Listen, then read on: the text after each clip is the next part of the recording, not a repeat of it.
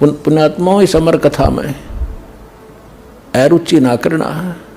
असंख्यों युगों के बाद तुम्हारा बिल्ली के भागों छीका टूटा है, ये इसको छक छक कर खा लो और कल्याण करा लो। जीव्या तो वाए भली जो रटे हरि नाम, नहीं तो काट के फेंक दियो ये मुख में भलो ना चाम। पुण्यात्माओं, ये जो परमात्मा की वाणी आपको सुनाई है, इसको बहुत गहराई से सोचना है। इसके विषय में कहा कि ये बातें कहन सुन की नहीं, ये कर पाड़न की है। इनको केवल सुनने तक और कहने सुनाने तक सीमित ना रखना। ये वो अमर कथा है, अनमोल कथा है। ये वो ज्ञान है, तत्व ज्ञान, जो अभी तक किसी के पास नहीं था। परमात्मा ने कहा था, धर्मदास तो लाख दुहाई, ये मूल ज्ञान की दबार ना जाई। मूल ज्ञान बाहर जो पर ही, बिजली पीढ़ी हंस नी तरही। तो पुण्यात्माओं, इसको गहराई से सोचना पड़ेगा, तभी ये ज्ञान समझ में आओगा। यदि आप बरवाला आश्रम में आते हो तो मोक्ष को उद्देश्य मान कराना, केवल यहाँ संकट निवारण के लिए ही नहीं, यहाँ कोई झाड़े लाने वाली व्यवस्था नहीं है। यहाँ पर मोक्ष उद्देश्य मानकर आना, फिर आपको सर्व सुख होगा और उस सुख में फिर आप भूल ना जाना परमात्मा को पुनः। इसलिए ये याद दिलाई जाती है कि हम कहाँ मार खाते हैं, काल का दाव कहाँ लगता है।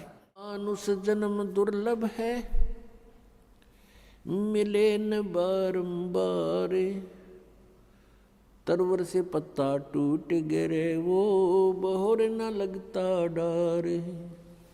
राम रटत कन्या भली, साकट बलो न पूते, छेरी के गल में गलथना, जिसमें दूध ना मूते। राम रटत दारी दर भलो, टूटी घर की छान, वो कंचन महल किस काम के, जहाँ भक्ति नहीं भगवान। राम रटत कोड़ी भलो, चू चू पड़े जो चाम, वो सुंदर शरीर किस काम का, जा मुख नहीं नाम। कबीर जिह्वा तो वाहे भली, जो रटे हरि नाम, नहीं तो काट फेंक दियो ये मुख में भलो ना चाम।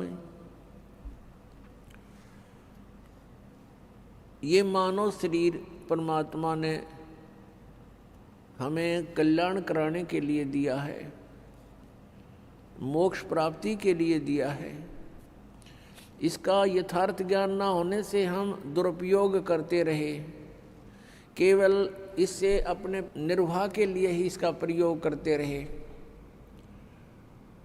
जो क्रियाएं हम भक्ति को छोड़कर, सत्साधना को छोड़कर अन्य जो क्रियाएं करते हैं, वो पशु भी करते हैं, पक्षी भी करते हैं, सभी प्राणी करते हैं। तो मनुष्य में और अन्य प्राणियों में फिर भिन्नता क्या रही, क्या आवश्यकता थी इस मनुष्य जीवन की। पुण्यात्माओं, ये मनुष्य जीवन केवल ये कोठी बंगले फैक्ट्री लगाने के लिए, बनाने के लिए नहीं मिला था। परमात्मा आए स्वयं पूर्ण ब्रह्म, और बनारस में, काशी में, भारतवर्ष की पावन पृथ्वी पर 120 वर्ष तक यहाँ रहे। एक झोंपड़ी में, एक हट के अंदर उन्होंने अपना गुजारा किया। सारे ब्रह्मांडों के दाता, सतलोक के मालिक, सचखंड के निवासी, सर्व सुख संपन्न देश है वो सतलोक, और उसको छोड़कर अपने बच्चों के लिए, आपके लिए, हमारे लिए वो परमात्मा यहाँ आए। और उन्होंने एक ट्रायल करी, एक रिहर्सल किया, एक उदाहरण दिया, उदाहरण पेश किया उन्होंने कि यहाँ पर तुमने ऐसे रहना चाहिए। इससे अधिक यदि तुम धन जोड़ने के लिए प्रयत्न करते हो तो ये तुम्हारी अज्ञानता है। घर तो 3.5 हाथ, घना त 4.25, कह कबीर अधिका गह, ताको नहीं विचार। ये अब प्रत्येक प्राणी, मनुष्य शरीरधारी का प्रत्येक प्राणी का शरीर 3.5 हाथ का, उसके अपने 3.5 हाथ का होता है। तो परमात्मा कहते हैं यदि आपने एक कोठी बना ली, ऊपर नीचे 3 मंजिल बना दी, और 4-5 कमरे एक मंजिल में हैं, 15-20 कमरे आपके पास हैं, कक्ष हैं, तो उसमें कहाँ सोते हो आप? एक कक्ष में एक 4पाई जो 3x6 की होती है, उसको किसी कोने में डाल ले उस कक्ष के कमरे के, बाकी कोठी व्यर्थ है। तो पुण्यात्माओं, हम जीव हैं, हम देखा देखी करते हैं गलतियां, और वो पीव थे, सर्व संपन्न होते हुए भी कभी भी डगमग नहीं हुए, एक झोंपड़ी में आजीवन रहे। वो ये दिखाना चाहते थे यदि तुमने कल्याण कराना है तो यहाँ की सब आवश्यकताओं को मिनिमाइज करो, बहुत कम बनाओ, कम करो, और ये अननेसेसरी जो आपकी रिक्वायरमेंट है, अनावश्यक जो आपकी आवश्यकताएं हैं, ये आपके भक्ति में बाधा हैं, ये टेंशन पैदा करती हैं, और टेंशन से भगवान की भक्ति नहीं बनती। आप ये देख करके कि उसने ऐसी कोठी बनाई, मैं भी ऐसी बनाऊं, उसने इतना पैसा कमा लिया, मैं भी कमाऊं। आपने परमात्मा पाने के लिए परमात्मा कबीर जी द्वारा दिए गए उदाहरण, उनके द्वारा दिए गए ज्ञान को आधार बना के कदम रखना पड़ेगा, तब हम सफल हो सकते हैं। नहीं तो ठीक है, जैसा आप भक्ति करोगे वैसा फल आपको मिल ही जाएगा, लेकिन ये फल आपका यहीं बर्बाद हो जाएगा। स्वर्ग में चले जाओगे इस काल के होटल में, वहाँ अपनी पूंजी व्यर्थ करके आपकी आंखें नहीं खुलने देगा, फिर ये इतना सुख दे देगा ऊपर स्वर्ग लोक में। जिस झूठे सुख को आप सुख मानते हो, ये सुख स्वर्ग में सबसे ज़्यादा है। बकवादें करना, सुंदर सुंदर औरतें, शराब पीना, सारी सुविधाएं, काजू किस्मत, सेब संतरे, बड़े सलूट मारनी वहाँ नरे मिलेंगे, लेकिन वो होटल है, रेस्टोरेंट है, और वहाँ आपकी पूंजी व्यर्थ होती है। जो यहाँ आपने धन कमाया था वो वहाँ व्यर्थ करवा के फिर वहाँ से धक्के मार देंगे तुम्हारे, और फिर नरक में ठोक देगा। कबीर परमात्मा ने हमें ये सारा जाल काल का समझाया है। तो हमारा उद्देश्य है, यदि आप जी बरवाला आश्रम में आते हो, ठीक है, पहले तो पुण्यात्मा दुख निवारण की ही इच्छा करते हैं, उसके साथ साथ फिर उनको ज्ञान भी प्राप्त हो जाता है। ये समर्थ परमात्मा है कबीर जी, और ये सब कुछ कर सकते हैं, आपके सर्व कष्टों का निवारण भी कर देंगे।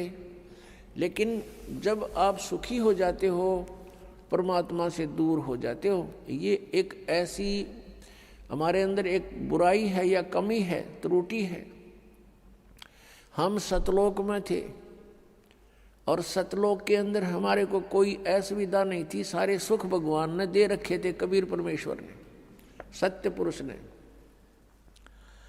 उस सुख में हम परमात्मा को भूले थे और इस काल को चाहने लग गए थे। ये तपस्या कर रहा था खड़ा होकर के, हम भगवान को भूलकर इसको चाहने लगे।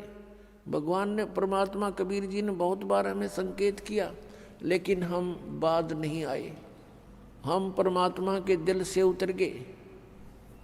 उन्होंने हमें हृदय से रिजेक्ट कर दिया, और फिर हम इस काल के साथ यहाँ इसके लोक में आ गए। इसने तपस्या करके ये 21 ब्रह्मांड प्राप्त कर रखे हैं, और हम वैसे लटक के आ गए इसके साथ में। अब इसने हमारे साथ वो प्रतिशोध किया है, क्योंकि इसने वहाँ गलती की थी। परमेश्वर कबीर जी ने इसको वहाँ से निकाल दिया था, निष्कासित कर दिया था, इंक्लूडिंग ऑल ब्रह्मांड, इसके सारे ब्रह्मांड दे करके बाहर निकाल दिया था 21 के 21। और हमने जो गलती की थी, हम इसकी साथ स्व इच्छा से आए थे, हम भगवान भूल गए उस सुख में, और उसके बाद कितने कहर हो रहे हमारे ऊपर। पुण्यात्माओं, ये दंत कथा मत समझना, क्योंकि आज तक आपने केवल सिंपल कथाएं सुनी है रामायण और महाभारत की, आप उनको सत्य मान रहे हो। सत्य तो हैं वो जिस सतर की है, वो घटना ऐसी घटी है, लेकिन ये जो कथा है ये वो अमर कथा है, अनमोल कथा है, ये वो ज्ञान है, तत्व ज्ञान, जो अभी तक किसी के पास नहीं था। परमात्मा ने कहा था धर्मदास तो लाख दुहाई, ये मूल ज्ञान की दबार ना जाई। मूल ज्ञान बाहर जो पर ही, बिजली पीढ़ी हंसनी तरही। मूल ज्ञान तब तक छुपाई जब तक ये द्वादश पंथ ना मिट जाए। तो पुण्यात्माओं, आप जी ये ना सोचना कि वैसे कथाएं हैं, ये सच्ची कथाएं हैं, हम वहाँ रहते थे, हम यहाँ के नहीं हैं। आज आप विचार भी करना चाहिए, जोर देना चाहिए बुद्धि पर, क्योंकि काल ने इतना प्रेशर बना रखा है कि जीव इतनी देर सोच नहीं सकता। उसी समय इसको कोई समस्या याद आ जाती है, कोई और बकवाद याद आ जाती है, इस तरह भूल जाता तो हट जाता है ये मन वहाँ से। तो हमने इस बात को गहराई से सोचना पड़ेगा। आज आप समझते हो मुझे सब सुख है, पुत्र हैं पुत्रियां हैं, उनके भी संतान हो गई है, बढ़िया मकान है, खूब बढ़िया व्यवस्था है, और कल मृत्यु हो जाती है आपके पुत्र की, टक्कर मार कर रो रहा प्राणी, आपकी मृत्यु हो जाती है, तो आपका क्या है यहाँ पर। तो पुण्यात्माओं, इसको गहराई से सोचना पड़ेगा, तभी ये ज्ञान समझ में आओगा। यदि आप बरवाला आश्रम में आते हो तो मोक्ष को उद्देश्य मान कराना, केवल यहाँ संकट निवारण के लिए ही नहीं, यहाँ कोई झाड़े लाने वाली व्यवस्था नहीं है। यहाँ पर मोक्ष उद्देश्य मान कर आना, फिर आपको सर्व सुख होगा, और उस सुख में फिर आप भूल ना जाना परमात्मा को पुनः। इसलिए ये याद दिलाई जाती है कि हम कहाँ मार खाते हैं, काल का दाव कहाँ लगता है। तो परमात्मा ने हमें याद दिलाया आकर के कि ये मानव शरीर जो आपको मिला है, इसका मूल उद्देश्य भक्ति करके परमात्मा पाना है।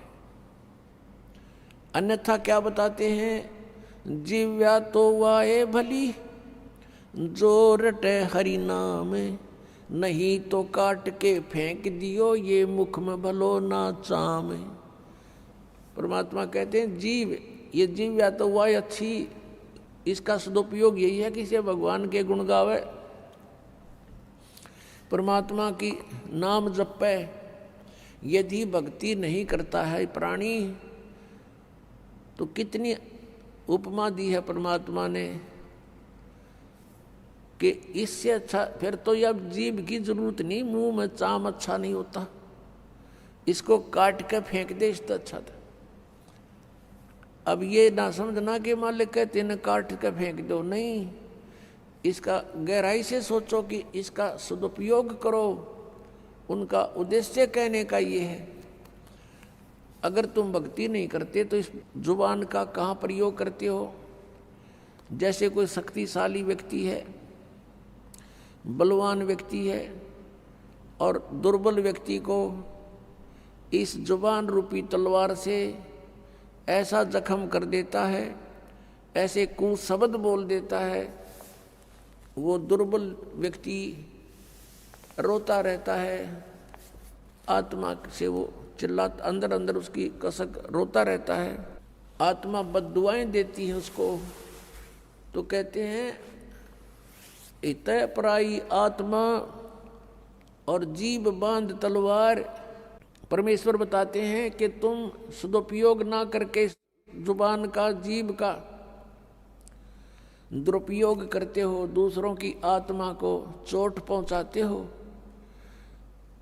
और कहीं किसी की झूठी गवाही दे देते हो, या कोई सारा दिन अपने पेट के लिए 100 झूठ बोलते हो, 100 हेरा फेरी करते हो, इससे ऐसे रागनी गाते हो, गाने गाते हो, तो ये दुरुपयोग कर रहे हो आप इसका।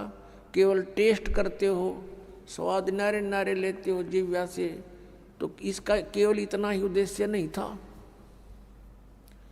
इसका मूल उद्देश्य है परमात्मा के गुण गाना और राम का नाम रटना है। फिर परमात्मा क्या बताते हैं, मानुष जन्म पाए कर नहीं रटे हरि नाम, जैसे कुआ जल बिना फिरे बनवाया क्या काम। परमात्मा कहते हैं मानुष जन्म पाए कर नहीं रटे हरि नाम, जैसे कुआ जल बिना फिरे बनवाया क्या काम। अब जैसे जिस कूप में जल नहीं है उसका नाम कूप अवश्य है पर गुण कूप के नहीं, इसी प्रकार मनुष्य जीवन आपका है। यदि आप सतभक्ति करते हो तो मनुष्य के गुण हैं, अन्यथा मनुष्य के गुण नहीं। परमात्मा की भक्ति ना करके अन्य जो क्रिया है वो सभी पशु पक्षी भी करते हैं, तो मनुष्य का जीवन उन्हीं के तुल्य बताया परमात्मा ने। क्या बताते हैं भगवान परमात्मा, हमें याद दिलाते हैं, यो सौदा फिर नाही संतो, यो सौदा फिर नाही, यो सौदा फिर नाही रे संतो, ये सौदा फिर नाही। लोहे जैसा ताव जात है, लोहे जैसा ताव जात है, काया दे सराही रे संतो, यो सौदा फिर नाही। तीन लोक और भवन चतुर्दश, तीन लोक और भवन चतुर्दश, सब जग सौदे आही रे संतो, यो सौदा फिर नाही। दुगने तिगने किए चौगने, दुगने तिगने किए चौगने, किन्हू मूल गवाई रे संतो, यो सौदा फिर नाही। यो सौदा फिर नाही रे संतो, ये सौदा फिर नाही।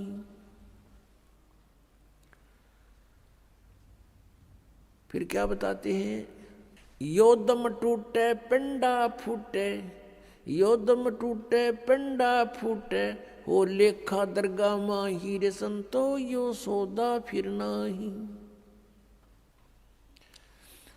उस दरगाह में मार पड़ेगी, उस दरगाह में मार पड़ेगी, जम पकड़ेंगे बाही रे संतो, यो सौदा फिर नाही। यो सौदा फिर नाही रे संतो, यो सौदा फिर नाही।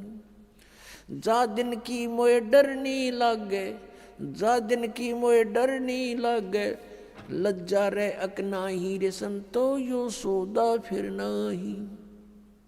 नर नारायण देह पाय करे, नर नारायण देह पाय करे, तो फेर 84 जाई रे संतो, यो सौदा फिर नाही। कुल परिवार तेरा सकल कबीला, कुल परिवार तेरा सकल कबीला, मसलत एक ठहराई रे संतो, यो सौदा फिर नाही। बांध पिंजड़ी आगे धर लिया, बांध पिंजड़ी आगे धर लिया, फिर मरघट को ले जाही रे संतो, यो सौदा फिर नाही। अग्नि लगा दिया जद लंबा, अग्नि लगा दिया जद लंबा, फूक दिया उस ठाही रे संतो, यो सौदा फिर नाही। फिर वेद पांध फिर पंडित आए, पुराण उठा फिर पंडित आए, पीछे गरुड़ पढ़ाई रे संतो, यो सौदा फिर नाही। यो सौदा फिर नाही रे संतो, यो सौदा फिर नाही।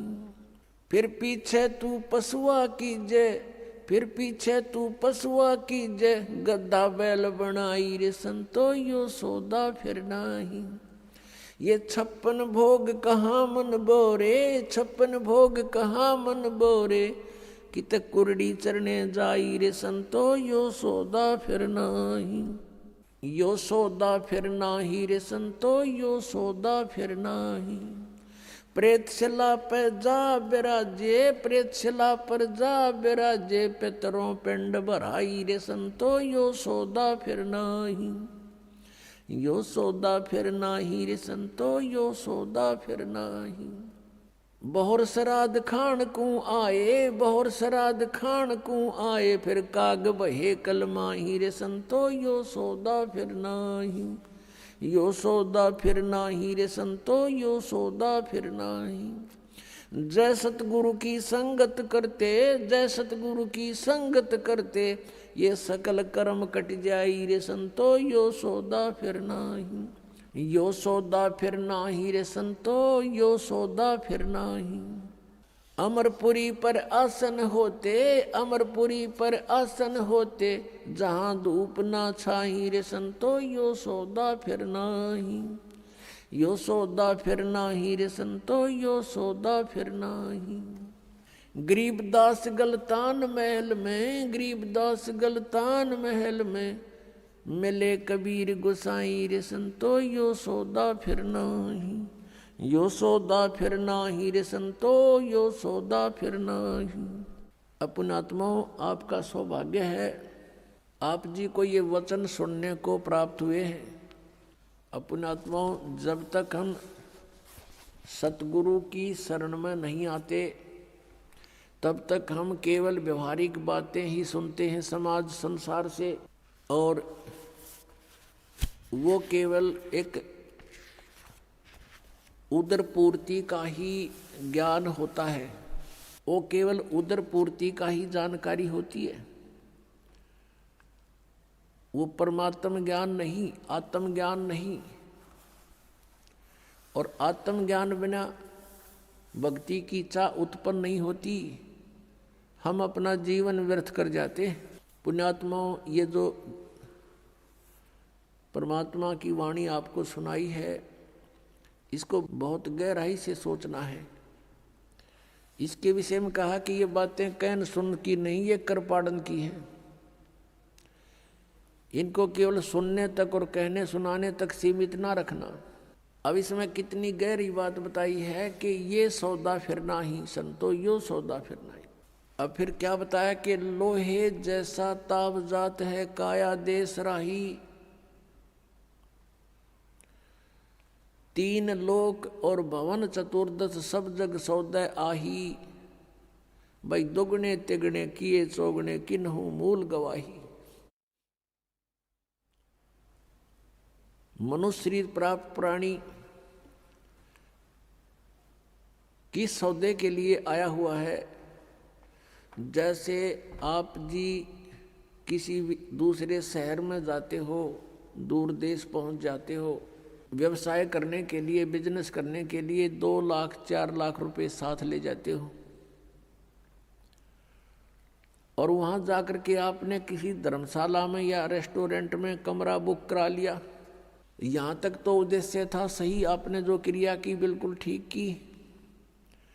आगे वहां जाकर के उस पूंजी से जो आप मूल धन लेकर गए थे, उससे आपका उद्देश्य था कि व्यवसाय करूं और उसके दुगने तिगने चौगने करूं, 4 लाख के 12 लाख बनाऊं, दुगने करूं 8 लाख बनाऊं। तो उसके लिए प्रयत्न करना चाहिए था। अगर ऐसा करते हो तो आप सही उद्देश्य की पूर्ति कर रहे हो। यदि ऐसा नहीं कर रहे हो, क्या कर रहे हो?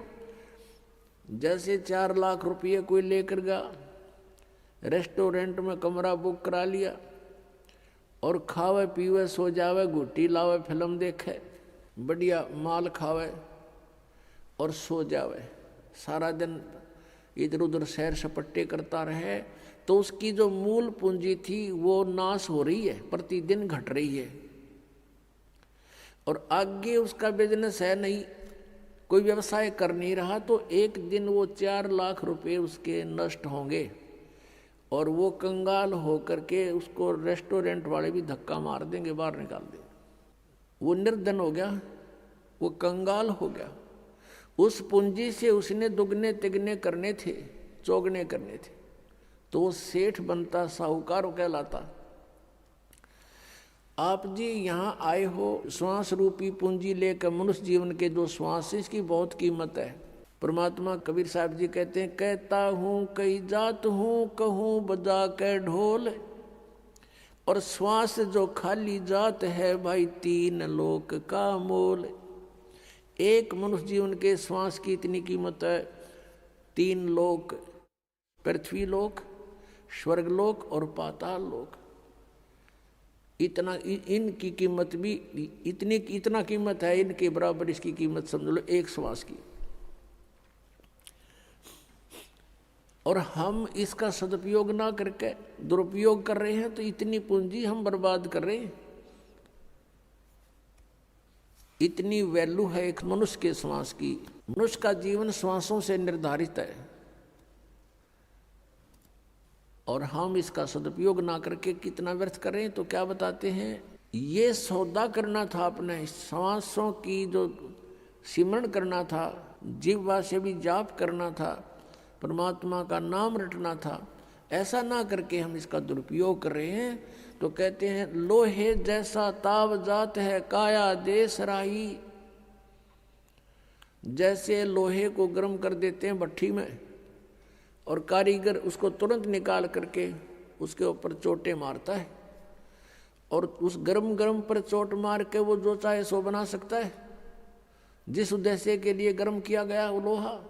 और यदि वो तुरंत चोट नहीं मारता है, कुछ ठंडा हो जाता है, तो उसके ऊपर चाहे सारे गन्ने झाड़ ले, उसका कुछ नहीं बने फिर लोहे का, क्योंकि ठंडा हो गया, बांगा टेढ़ा हो जाएगा। तो ऐसे ही ये मनुष्य जीवन जब तक आपके पास है तो आपका लोहा गर्म है।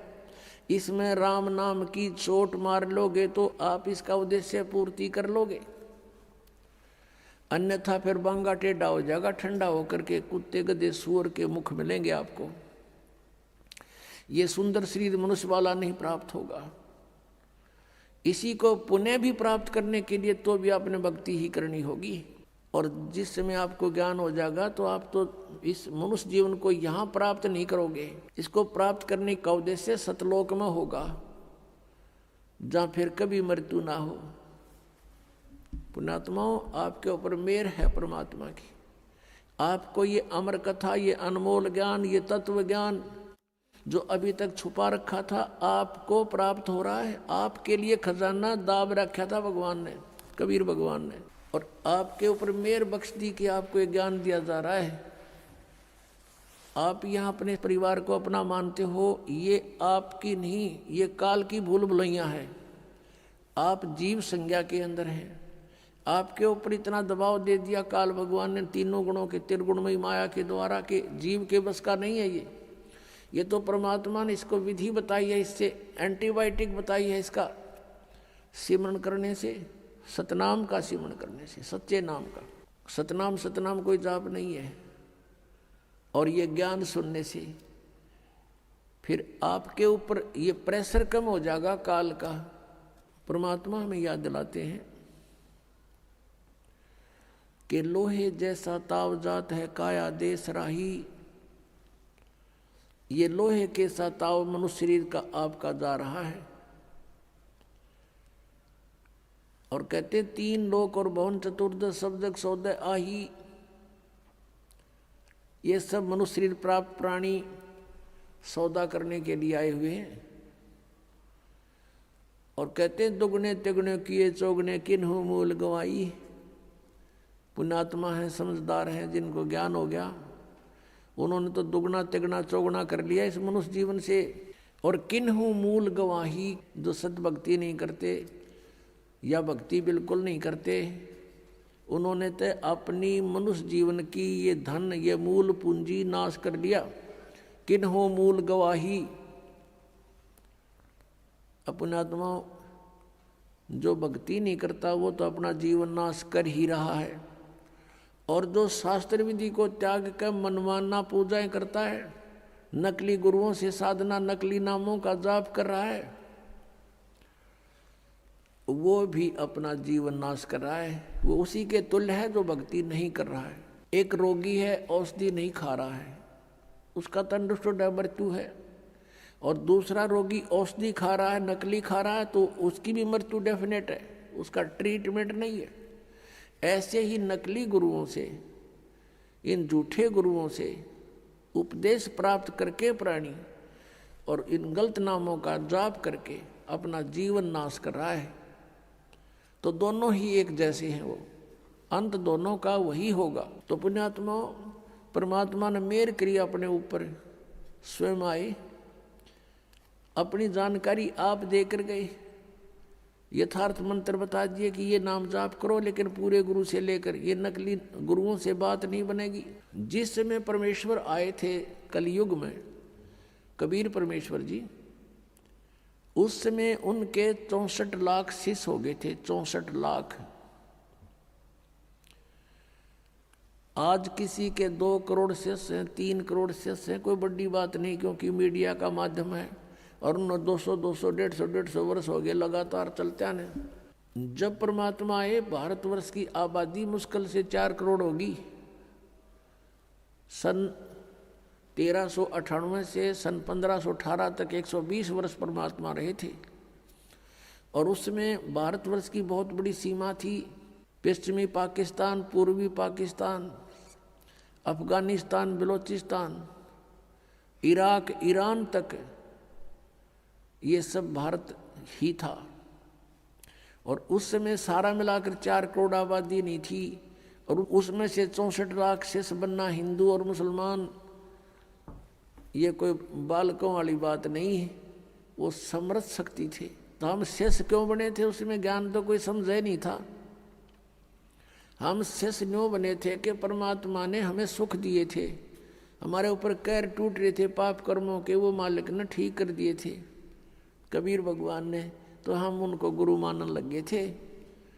ये दयालु हैं, इन पे हमारा दुख देखा नहीं जाता, लेकिन हम इतने बुद्धिहीन बना दिए इस काल भगवान ने, हम पहचान नहीं पा रहे अपने दाता ने।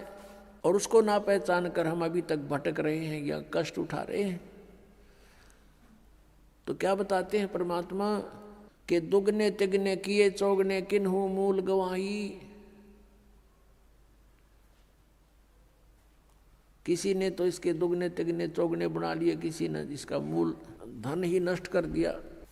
परमात्मा हमें ये याद दिलाने आए थे कि तुम यहाँ के वासी नहीं हो और तुम सतलोक में रहा करते थे। यहाँ पर काल भगवान ने आपके ऊपर इतने कवर चढ़ा दिए, स्थूल शरीर, फिर सूक्ष्म शरीर, फिर कारण शरीर, फिर महाकारण शरीर, फिर कैवल्य शरीर, और उसके अंदर आपका ओरिजिनल शरीर है। तो आपको फिर ये ऐसा शरीर दे दिया, इसमें कदे बीपी आई, कदे लो हो जा, कभी कोई बीमारी, कोई टेंशन होगी, तो हर समय आपको पीड़ित रखता है। इसलिए हम उस परमात्मा को पहचानने में सफल नहीं हो पा रहे। अब हम पहचानेंगे भगवान को, क्योंकि समय आ गया है। आपके ऊपर मेहर करी परमात्मा ने, जिस ज्ञान को अभी तक छुपा रखा था वो आपके ऊपर बरसा दिया भगवान ने, और थोक के बाका बरसा दिया। 1 महीने में 2-2 सत्संग 3-3 दिन के, और आप जी को फिर वहाँ से जमानत भी परमात्मा करवा के लाता आपकी। ये ना सोचना कि आप स्वयं आ पाओगे यहाँ पर, इधर आपका मुख भी नहीं करने दे ये काल, ये सत्कर मान लेना। और चाहे कहीं चले जाओ ये खुश रहता है। किसी राधा स्वामी में देखो करोड़ों शिष्य, धन सतगुरु में देख लो लाखों करोड़ों शिष्य हैं, वहाँ बेशक जाओ, पर यहाँ आने से पहले 100 बाधाएं पैदा करने की चेष्टा करता है। उसको पता है कि वो तो अपने ही हैं, पंथ हैं, काल के ही पंथ हैं। वो तो ना वहाँ नाम है, ना उनका ज्ञान है, दुनिया को काल के जाल में फंसा के बैठा रखा है। और यहाँ आने से उसकी पोल पाटे सारी। तो यहाँ आपको परमात्मा लेकर आते हैं, आपकी जमानत करा के लाते हैं कि 3 दिन की जमानत, 4 दिन की जमानत करवा ले। काल की कैद है या इस कैद में हम अपना वो कर्म भोग रहे हैं जो हमें सजा मिली हुई है, और वहाँ से 3 दिन की छुट्टी करा के लाओ। आपकी यह जमानत पा रहे हो आप, ये समझ लेना। यहाँ कोई काम नहीं, परमात्मा के नाम के सिवा दूसरी बात नहीं। और यहाँ कर भी कोई और बात चलाता है तो महा अपराधी प्राणी है। कहते सत्संग के माँ आके कोई बात चलावे और 30 अपराधी आत्मा को 3 लोग नहीं ठोर।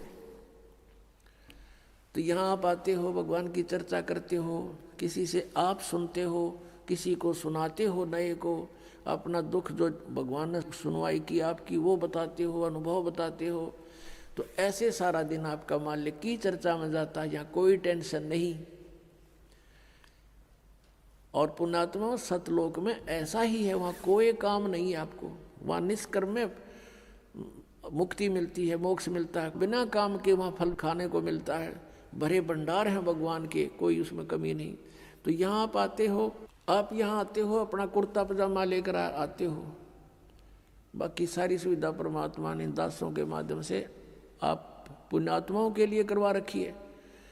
और यहाँ कर भी इसका सदुपयोग नहीं करते हो, भक्ति नहीं करते हो, चर्चा भगवान की छोड़ रिश्तेदारी की बतलाते हो, तो तुम भक्त नहीं हो, तुम धोखा दे रहे हो अपने आप को भी। ठीक है, 2-4 मिनट कोई बातें करनी भी पड़ जाए रिश्तेदारी की, गृहस्थी की, वो 10 से 5 मिनट की होती है, बाकी नहीं घसीटे, उन्हें घना लंबा चौड़ा नहीं बनावे।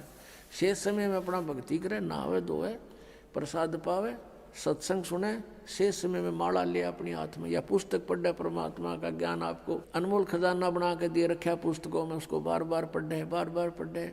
जितनी बार पढ़ोगे उतना आनंद आएगा और आपके पुण्य बढ़ते हैं, उससे ज्ञान यज्ञ का फल मिलता है। तो यहाँ परमात्मा में याद दिलाते हैं कि ये दम टूटे पिंडा फूटे हो लेखा दरगाह माही, जिस समय आपकी मृत्यु हो जाएगी, आपको पकड़कर यम के दूत जो भक्ति नहीं कर रहे हैं, आप जी को धर्मराज के दरबार में, न्यायाधीश के दरबार में खड़ा कर दिया जाएगा, जो काल का न्यायाधीश है। और वहां जाकर के आपसे पूछेंगे कि भाई निकाल क्या लाया गठड़ी में, दिखा तेरा परस, कितनी माया इकट्ठी करके लाया तू, जो पूंजी लेकर गया था मनुष्य के श्वासों की, अब दिखा कितना कमा के लाया। फिर ये नीचे को मुंह कर लेगा ऐसे। पुण्यात्मा, ये जब मनुष्य शरीर छूट जाता है उस समय इस प्राणी के साथ ऐसे बीतती है जैसे स्वप्न में क्या देखते हैं कई बार एक गरीब व्यक्ति, और क्या देखता है कि कार में बैठा जा रहा है। एक बताया था व्यक्ति, कहने लगा मैं आज सपने में ऐसा देखा कि जैसे कार में बैठा हूँ और कार चला रहा हूँ, और ब्रेक लगाया, आगे एकदम कोई ऐसी स्थिति आ गई, ब्रेक लगाया, जोर से पैर मारा और रजाई फटी हुई थी उसकी, उस रजाई में का पैर आर पार हो गया। फिर वह आंख खुल गई, यानी निंद्रा भंग होगी, देखो होता है, वो पैर छोड़ दिया। फिर जब स्वप्न टूटा तो देखा ना कार और कुछ भी नहीं, और वो सपने में देख रहा खूब जोर से, उसका पेटा है ना भर रहा। तो कहते हैं आज जो सुविधाएं आपके पास है, और जिस समय ये आपकी शरीर छूट जाएगा उस समय आपका सपना सा टूटेगा, और यम के दूत बाजू पकड़ रहे होंगे, वो पाँव जरा होगा टूटी हुई रजाई में, और कहेंगे चल बच्चा। अब उसका विश्वास सा नहीं बनता कि बेटा था, मेरी बेटी थी, कार थी, कोठी थी, कहाँ थी, चल अब बताएंगे तरीके थी। यहाँ बताते हैं कि ये स्वप्न जब टूट जाता है, जब इसका समझ में आवा है कुछ भी ना था, मैं तो वैसे ही दुखी हो रहा था कार में, कदे ब्रेक लाऊं था, कदे गियर बदलूं था, और था कुछ भी को नहीं। तो ये जो आज आप देख रहे हो, जब सपना टूटेगा, आपका मृत्यु होगी, आपको ऐसा लगेगा अरे के था, कौन सा बेटा, कहाँ बेटी, कहाँ कोठी, कुछ भी नहीं था। अब समझ लेना सपने के बाद आपको क्या प्राप्त होता है, याद रह जाती है वो। तो धर्मराज के दरबार में जा करके इसको खड़ा कर दिया जाता है। फिर वो पूछता भाई निकाल, उसको तो मालूम तो होता है ये सारा।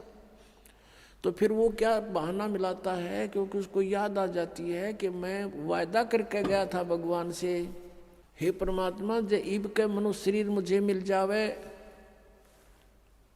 तो मैं सदा भगवान याद करूँगा, पेट के लिए थोड़ा बहुत कार्य भी करूँगा, लेकिन ज़्यादा समय मालिक तेरी याद में बिताऊँगा। अब मुझे सब याद आ गया है। उस समय उसको पिछले पुण्यों जन्मांतरों के सारे दुख याद आ जाते हैं, और जब ये मनुष्य शरीर प्राप्त करके वहाँ से चलता है, इसको बार बार समझाया जाता है कि अब के गलती मत करना, तो ये कहता नहीं जी, पीछे गलती बनी सो बनी, आगे नहीं करूंगा। माँ के गर्भ में भी इसको याद रहता है। माँ के गर्भ से बाहर आते ही इसके ऊपर तीनों गुणों का ऐसा एकदम प्रभाव बन जाता है, ये सब भूल जाता, अचेत हो जाती है आत्मा। इसको नए सिरे से पढ़ाई कराई जाती है, ये तेरा चाचा, ये तेरी चाची, ये माता, ये पिता, ये बुआ या माँ, ऐसे, और नए सिरे से इसको पढ़ाया जाता है। अब जब तक हम सत्संग में नहीं आते और सतगुरु नहीं मिलते, नकली संतों के सत्संग से भी लाभ नहीं, क्योंकि उनके पास ना नाम ना ज्ञान। उद्देश्य उनका अवश्य है कि हम सत्संग सुनावा, लेकिन सत्संग है ही नहीं उनके पास। आपने सुना था सत्संग में, आपको दिखाया था कल परसों, कल भी दिखाया था कि ये राधा स्वामी पंथ के प्रवर्तक श्री शिवदयाल जी की सारवचन वार्तिक, उसमें क्या लिखा है, इनका सतनाम का पता नहीं न है कि चीज कही तो सतनाम हमारी जाति है, सतनाम सचखंड है, सतनाम सार शब्द है, सतनाम सतपुरुष है, सतनाम सतलोक है, और सार नाम भी यही है, सतनाम भी यही है। तो ये सत्संग है इनके। करोड़ों व्यक्ति वहां अपना जीवन नष्ट कर रहे हैं। तो सतगुरु के दरबार में आने से आपको ये ज्ञान होता है। सतगुरु के दरबार में जाइयो बारंबार, भूली वस्तु याद दिलावे हैं सतगुरु दातार। भूली वस्तु लखा जमे हैं सतगुरु दातार। हम जिस वस्तु को भूल चुके थे उसकी फिर याद दिलाई जाती है। अब नकली गुरुओं के पास यदि याद भी दिला दें तो भगवान की भक्ति करो तो उनके पास वो ट्रीटमेंट नहीं, उपचार नहीं, मोक्ष मार्ग नहीं उनके पास, तो उनका ज्ञान भी व्यर्थ। पहले तो ज्ञान है ही नहीं, लेकिन इतना तो अवश्य बता देता है आम संत कि भगवान की भक्ति करनी चाहिए। मनुष्य शरीर बार बार नहीं मिलता, ना उन्हें परमात्मा का पता, ना उनको परमात्मा के पाने की विधि का ज्ञान, तो वो सत्संग भी सुना ना सुना बराबर। अब क्या बताते हैं, जब ये प्राणी दरबार में खड़ा होता, धर्मराज के दरबार में, उस समय फिर इसे पूछा जाता है कि तू यहाँ से एक वायदा करके गया था, प्रतिज्ञा करके गया था कि अब के भक्ति करूँगा, बकवाद नहीं करूँ, तूने वो काम किया नहीं जो उद्देश्य लेकर गया था। तो ये जीव क्या कहता है वहाँ पर, ये न्यू बहाना मिलाता है कि हे भगवान, मुझे किसी ने बताया नहीं, वह तो भूल पड़ गई, किसी ने नहीं कहा भक्ति कर ले, किसी ने नहीं कहा राम नाम रटना चाहिए।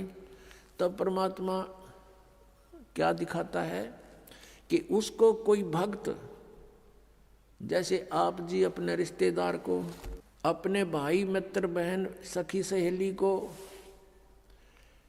आप सबको कोशिश करते हो कि भगवान की भक्ति कर लो, मनुष्य जीवन बार बार नहीं मिलता, आप खूब चेष्टा करते हो, और वो क्या करता है, वो क्या कहता है बहन या भाई कि मुझे समय नहीं, अभी समय नहीं है, फिर देखेंगे फिर देखेंगे, और पीछे तो औरों के सामने नु कहता है ये तो मेंटल हो लिए, तीसरे दिन बरवाड़ा बैठे रहते हैं, इनका तो नाश होगा। तो वो अपने आप में चतुर्गणे बन रहे हैं, तो नहीं सुनते हैं। फिर वो धर्मराज के दरबार में जब खड़े होते हैं तब ये बहाना मिलाते हैं कि जी हमें किसी ने हमारे को बताया नहीं। तो उस समय परमात्मा अपने उलाने में नहीं रहते, वो सबके पास संदेश भिजवाते हैं, चाहे कोई जंगल में रह रहा है किसी ना किसी माध्यम से। तो उस समय परमात्मा क्या करते हैं, वो उसकी वीडियो फिल्म मूवी शुरू कर देते हैं, क्योंकि प्रत्येक प्राणी के अंतःकरण में, कोड वर्डों में पूरे जीवन की घटनाएं अंकित होती रहती हैं। उसको चित्रगुप्त बोलते हैं, चित्रगुप्त यानी साइलेंट फिल्म बनती रहती है गुप्त रूप में, और प्रत्येक प्राणी की है उसके पास असंख्यों जन्मों की अंदर कोड वर्डों में। जैसे आजकल आप देखते हो एक चिप है, छोटी सी चिप होती है, मोबाइल में डालते हैं और उसमें मन 50 घंटों का सत्संग विद्यमान होता है इतनी को। और ये तो एक मैन मेड और ये गॉड मेड, तो उसने तो पता नहीं क्या बना दे। तो कहने का भाव ये है कि अब परमात्मा के विधान को समझने के लिए हमने इस साइंस ने घनी सुविधा कर दी। अब हम यहाँ बोल रहे हैं, सुन रहे हैं, कहीं और बीच में वायर भी नहीं, तार नहीं। अब यहाँ से फैक्स करते हैं, बीच में कुछ भी नहीं है, फैक्स दूसरे के कंप्यूटर में पहुँच जाता है, ईमेल पहुँच जाती है। ये कैसे? तो इसी प्रकार परमात्मा ने पहले ही प्रत्येक प्राणी के साथ ये सिस्टम अंदर ही फिट कर रखा है सबके। और यहाँ जो भी एक घटना आपकी होती है वो एक परमात्मा के कंप्यूटर में ऊपर वहाँ जा कर के फैक्स रहती है डेली की। तो उस समय ये फिल्म चला देता है, उसका ट्रेलर दिखाता बैकग्राउंड। अब देख ये भक्त आपको क्या कह रहा है और आप क्या कह रहे हो। ये नीचे गर्दन कर लेता है। उस समय इसके पास कोई गुंजाइश नहीं अग्रम अग्रम करने की। फिर ये क्या कहता है, जी गलती बन गई, गलती बन गई, बन गधा, गलती की सजा देता हूं मैं। तो अब फिर क्या रहा उसके पीछे। तो यहां परमात्मा कहते हैं कि आपको समाज से केवल सामाजिक क्रियाओं का ज्ञान ही हो सकता है, और सत्संग में आने से आपको आत्मा और परमात्मा का ज्ञान होगा। जैसे मन ने की कर ले 2 दिन का मेहमान, मन ने की कर ले 2 दिन का मेहमान। जोरू लड़का कुटुंब कबीला 2 दिन का तन मन का मेला। जोरू लड़का कुटुंब कबीला 2 दिन का तन मन का मेला। अंत काल उठ चले अकेला ये तजमाया मंडान।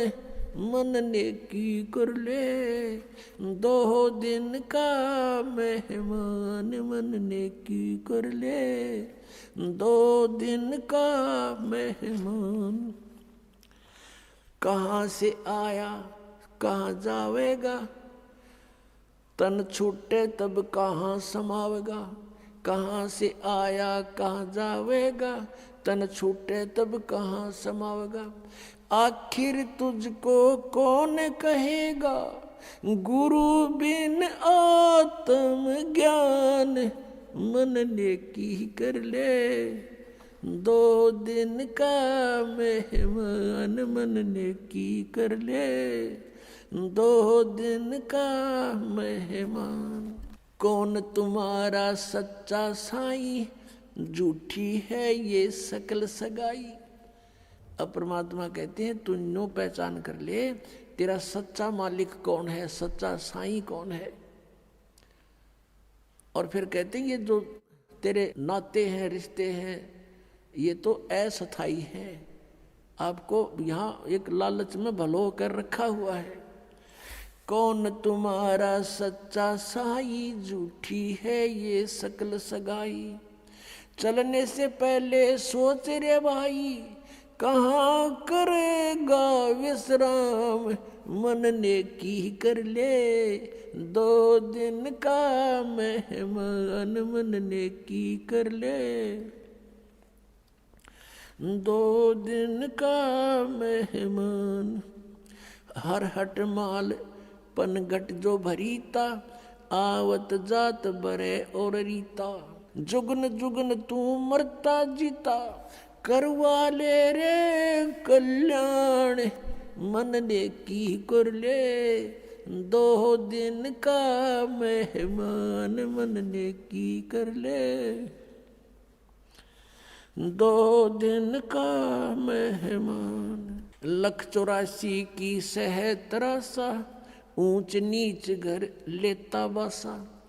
184 की सह तरासा, ऊंच नीच घर लेता बासा। कह कबीर सब मिटाऊं रासा, कर मेरी पहचान। मन ने की कर ले 2 दिन का मेहमान, मन ने की कर ले 2 दिन का मेहमान। 184 की सह तरासा, ऊंच नीच घर लेता बासा। 184 की सह तरासा, ऊंच नीच घर लेता बासा। कह कबीर सब मिटाऊं रासा, कर मेरी पहचान। मन ने की कर ले 2 दिन का मेहमान। मन ने की कर ले 2 दिन का मेहमान। अपने आत्माओं, हम बहुत ही अनजान हो चुके हैं, भगवान से दूर हो लिए, और हम इस काल के इन नकली चोचलों में घने रंगे जा चुके हैं। हम अपने परमात्मा को पहचान नहीं पा रहे। अब परमात्मा आए, आप देखोगे इतना मोटा कबीर सागर है, कबीर साहब की वाणी। कबीर साखी न्यारी रहेगी, कबीर बीज का लगता है, और कबीर साहब की शब्दावली न्यारी। तो उस परमात्मा का उद्देश्य क्या था इतना थूक बिलोने का? क्योंकि वो हमारा पिता है और वो चाहता है कि अपने बच्चों को मैं ऐसा ज्ञान दे दूं ये मुझे पहचान लें, और परमात्मा को ना पहचान कर हम इस काल के जाल में असंख्य युगों से फंसे हुए हैं। अब इसमें क्या बताया है कि मन नेकी कर ले तो 2 दिन का मेहमान। इस संसारिक सुख को, संपत्ति को जोड़ने में अपना जीवन नष्ट ना करे, और जो तुझे मिलना है वो निर्धारित कर रखा पहले ही, इससे कम नहीं रहेगा, ज्यादा नहीं मिलेगा तुझे। हम भगवान के विधान को भूल के और दुखी हो रहे हैं। हम किसी का कोई मान ले 2 पैसे कमा रहा है तो ईर्ष्या बनती है कि ये क्यों कमा रहा है, फिर होड़ बनती है मैं भी कमाऊं, और आप कमाने लगे उसमें घाटा पड़ गया तो फिर दूसरा तरीका अपनाओगा, कोई चोरी ठगी मिलावट का रिश्वत का, फिर उसका कितना भयंकर दुख उठाएगा। तो कहने का भाव ये है कि इस तरह की जो पीड़ाएं हमें हो रही हैं बिना ज्ञान के हो रही है। अब भगवान आकर के हमें क्या बताता है कि तेरी पत्नी और पुत्र, जोरू लड़का और ये कुटुंब कबीला, ये 2 दिन का तेरे तन मन का मेला, और अंत समय उठ चले अकेला। ये तज माया मंडान जो तूने बैंक बैलेंस बना दिए, माया के ढेर लगा रखे हैं, 1 सेकंड में छोड़ कर चला जाएगा। इसने पता नहीं किस पर दुरुपयोग करेंगे तेरे पुत्र, और दंड तने भोगना पड़ेगा जो इसे पाप से पैसा जोड़ा।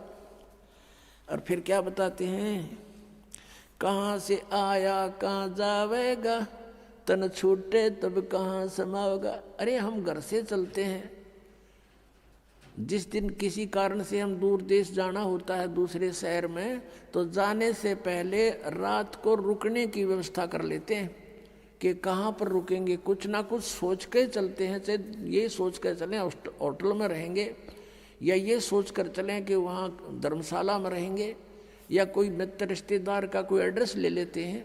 और संसार छोड़कर चलते हैं हम, कोई एड्रेस लेकर नहीं चलते, ना कोई व्यवस्था पैसे जेब में लेकर चलते कि वहाँ कुछ आगे जरूरत पड़ेगी। तो शरीर छोड़कर जाने के लिए जो करेंसी हमने ले जानी होती है वो पहले से ही उसके चेंज करानी पड़ती है करेंसी को। अब ये चेंज यहाँ पर वाला आश्रम में होती है और कहीं नहीं हो सकती, क्योंकि उनकी साधनाएं शास्त्र विरुद्ध हैं। और यहाँ पर है आप धर्म पुण्य करते हो, ये आपकी करेंसी चेंज होगी, ये यहाँ तो आवेगी, और इसका जब यहाँ संसार छोड़कर जाओगे आपको आगे रखी पाओगी आपकी उस बैंक में, भगवान वाले में। तो क्या बताते, कहाँ से आया कहाँ जावेगा, कहाँ से आए थे तुम कोई पता नहीं, और शरीर छोड़ के फिर कहाँ जाएगा पता नहीं। तो ये इसको आत्मज्ञान कहते हैं। और क्या कहते हैं परमात्मा,